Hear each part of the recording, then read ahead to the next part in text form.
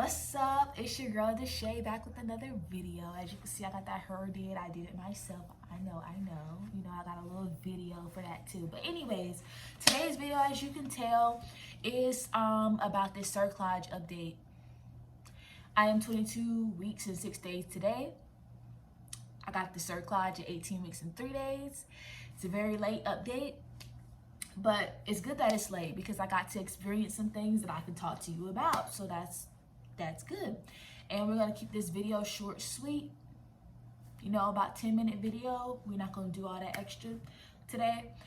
So to get right into it, my follow-up appointment after the Cerclage, I got on the 11th. I think it was on like the 21st or the 22nd. Don't quote me. It was one of those days though. And basically the doctor said that everything looked great. The ultrasound technician, before I even saw the doctor, she showed me the stitch.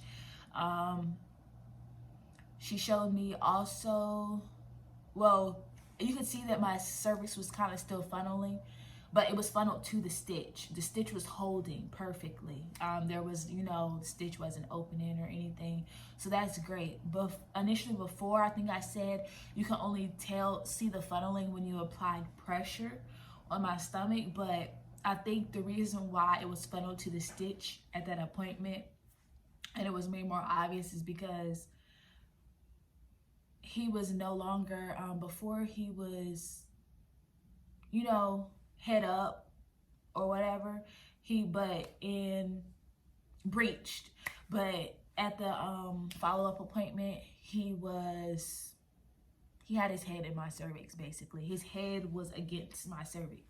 So it was funneled to the stitch, which I'm not gonna say I'm glad that it was like that, but we got to see that the stitch was holding, so that's good. And also, they were able to see his spine because at the anatomy scan, they were not able to see that. So that is great. As far as everything else, my doctor, he doesn't feel like he needs to see me anymore. They were also able to confirm, you know, because when you get good news, a lot of times you get not so good news. They were able to confirm. I'm not sure if it's pronounced Valedim. I'm going to put the proper terminology on the screen for you guys. But basically his cord insertion is not normal cord insertion, excuse me. It's not a normal cord insertion. You know, normally the cord is directly into the placenta, etc., etc. His is actually not directly like attached to the center of the placenta. It's kind of like his cord is, I would not say barely connected, but that's pretty much what it is.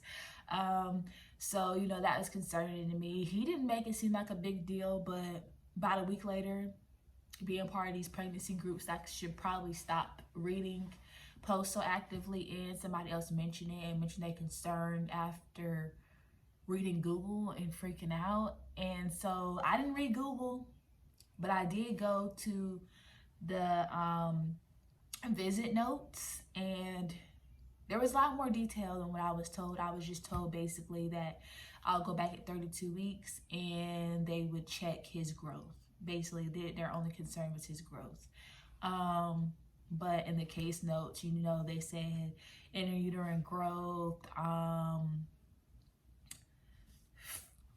fetal death, like all kinds of possibilities that could happen because of the cord being like that. I did see also that he put in the notes to basically once I hit about 36 weeks, I believe, or 34, 36, up in there somewhere. I can't remember offhand. I have a lot of appointments. So he put to have me basically do a fetal stress test regularly, you know, every week to check up on him.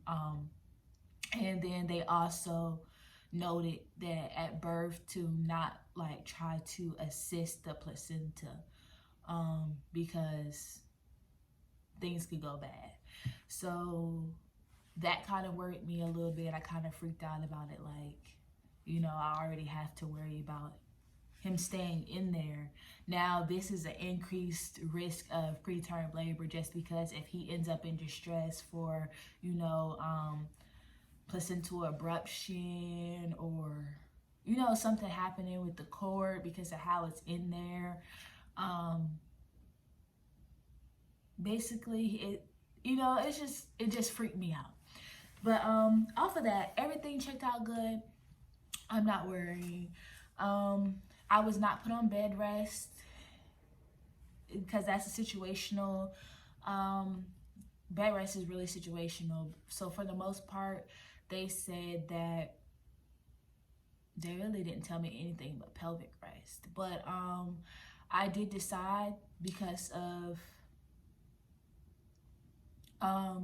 me experiencing a lot of pressure and stuff on my feet to limit myself.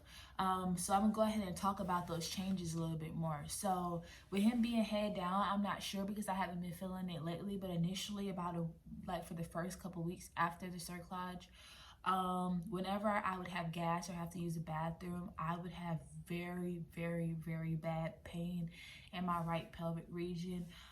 They said it was more so around ligament pain. It wasn't directly correlated to the cerclage. And I do think that's the case because now that I'm further, he has moved up. I can tell because I feel his kicks up in here now. So he has not been sitting as low. I can tell kind of his position now. And I have not been experiencing that. And then also I would have, I don't know if it was from, you know, the suture itself, but every now and then I could feel like something was scratching in like my cervical, vagina / pelvic region. Don't know how to explain that, but like something was kind of like rubbing against on the inside. So I'm not saying that would be bizarre, that it would be the from the stitch, because I have heard of people that's had their cerclage that they could actually see part of their string or feel part of it hanging out, and the doctor either clip it later on. But yeah, so I'm looking over here because I have notes to try to help me keep on track, but I ramble and talk a lot. Yeah, so I'm not on bed rest. I did basically more so, I listen to my body. So whenever I'm feeling pain or I'm feeling a lot of pressure and I'm on my feet for a while, I sit down. My husband isolated me to the couch. So he has pretty much said, yeah, you're not about to be doing too much. You're not about to be cooking. You're not about to be washing dishes. I got all that. He don't even want me to go in stores and be walking around too long, which is understandable, but they don't really recommend strict, like just bed rest because of the fact that that gives you an increased risk of blood clots. And that's a whole nother issue. You don't want to have to worry about that. So, you know, I'm just taking it easy and I'm being light on my feet. So I am 22 plus 6 days today. Yesterday I hit 22 plus 5, which is when I had my daughter. So I did a post in one of the groups that I'm in to commemorate her. I got great responses and feedback. The group that I'm in is very supportive in that sense. It's for, you know, it's not necessarily a lost group, but it's a group dealing with, you know, premature ruptures, incompetent cervix, all that. So it's a lot of ladies in there that have experienced the same thing. And then also what I did yesterday was the night before, I pretty much got the invitations ready for my baby shower, because I'm not waiting until 35 weeks to have a baby shower. I think I'm gonna do it around 30 weeks. But right now the goal and the plan is to do a virtual one. It could change later and I still keep it virtual for the people that can't make it. But right now it's virtual. And it's not just because COVID, it's just because it's too much trying to plan. Family is all over the place. I'm not trying to spend the money to throw myself a baby shower. I know people do that.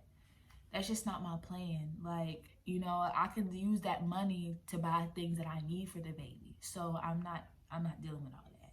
And it's just too hard trying to figure out location wise, because we would have to find a median for both of our families. So that's that. But yeah, so I haven't had really any issues, just that pressure and the scratchy feeling occasionally with the Cerclage, but everything's great. And I want to go ahead and bring you a bump update, bump picture. So this is your girl's bump. Excuse the bottoms. I love men's ethnic briefs. I also have women's as well, so don't judge me. Here goes the bump from the side. Here goes the bump from the front. I will show you the bump from the back, but you know, you might be looking at the wrong bump. And then I even, yeah. And then hold on.